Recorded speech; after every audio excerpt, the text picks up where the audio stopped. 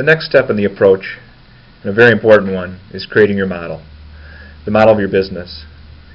And this can be done in many forms. Many choose to do it in a whiteboard setting. For some, it's easier to do in a spreadsheet. It can be done really in any collaborative type of form. But the notion of creating a model is a very figurative one. It's creating a model of your business. And what you're trying to do is to make sure that, once again, you have a very complete view of all the aspects of your business. By virtue of modeling it out, you should have captured all the important elements of the business, which I'm calling movable parts, and I'll give you examples of what those are on the next slide. What this also does is avoid some of the pitfalls of brainstorming, whereas brainstorming is pulling from blue sky ideas about what different success factors your enterprise may have. By creating a model, you're making sure that every particular aspect of your business is being captured. Now, the tendency in creating a model might be to continue to add more and more elements because as you drill deeper, your business's complexities may call for different ideas and different elements. But let me move on to the next slide and give you an example of what I'm talking about when I talk about movable parts or the elements of your model. Movable parts really represent a decomposition of the main elements of your business, and here's where I'm converting this concept into maybe some more solid examples. These 9 areas, and again, this is just one way to break down your business, but it is intended to be a complete view of the different categories that you'd want to understand in creating a model of your business. Customer segments are just simply the segments that your enterprise serves. An example that we might use throughout here would be for Apple's iTunes business. In that case, the customer segment there is clearly the mass market. Another element of your business that you're going to want to model is your value propositions. This is what you're seeking to solve for your customers or satisfy your customer needs. In the case of our iTunes example, this would be a seamless music experience, for example. You want to identify the channels of your business and model those out. Channels are the means by which these value propositions are delivered to your customers, and that would include communication, distribution, and sales channels. In our example, that might be retail stores, Apple stores, Apple.com, and of course the most critical for them, the iTunes store. Those are examples of channels if you were to decompose that particular element of your business. Another area is customer relationships, and in our example, that would be perhaps the experience that you'd have with a mass market in front of the iTunes application and how that integrates with the iPod itself. The experience with the iPod itself. The comfort with the product, and then later the perceived costs of switching to potentially a new product. Perhaps more familiar to us financial folks is revenue streams. Quite easy to break down. You look at all the different sources of the top line figure. In this example, again, you've got the revenue that's generated from the purchase of music on an iTunes store.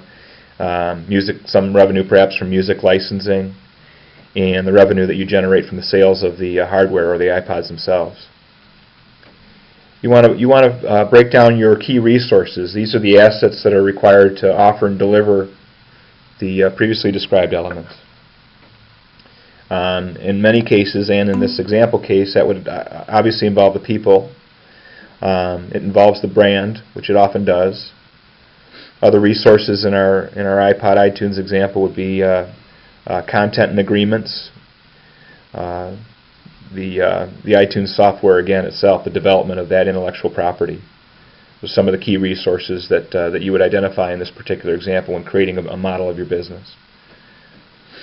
You also want to identify the key activities of your business. And these are basically what's being performed by the key resources.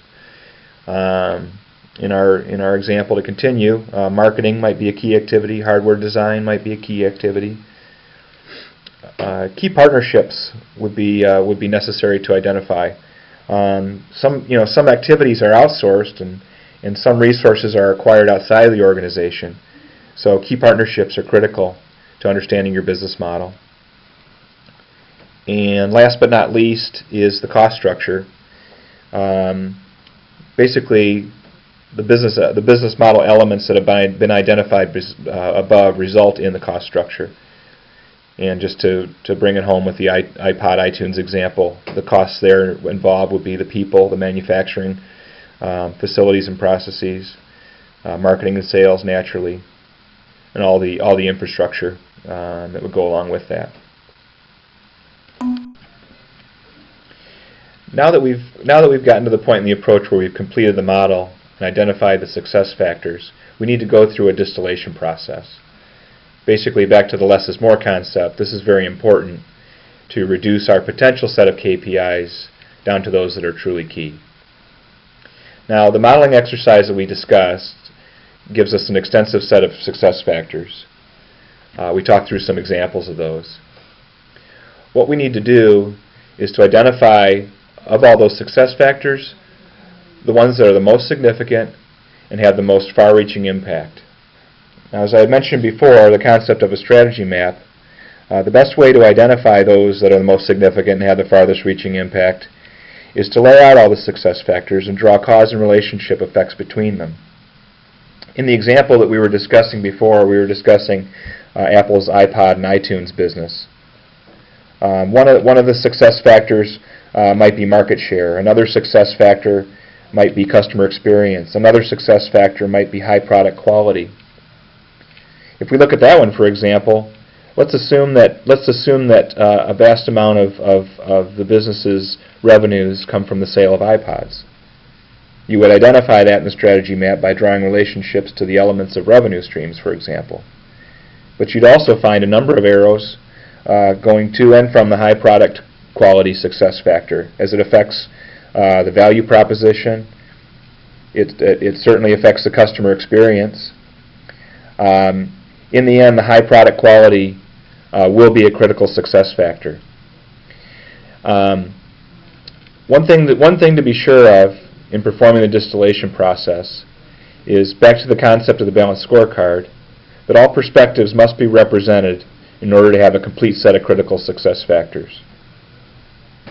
If any one of the particular perspectives, be it financial or learning and growth, it's unlikely to be financial, but perhaps learning and growth, or perhaps internal processes, if those aren't all represented, you still have more work to do. You still have a critical success factor to identify. In the end, the potential set of the truly key performance indicators will be driven by this complete set of critical success factors.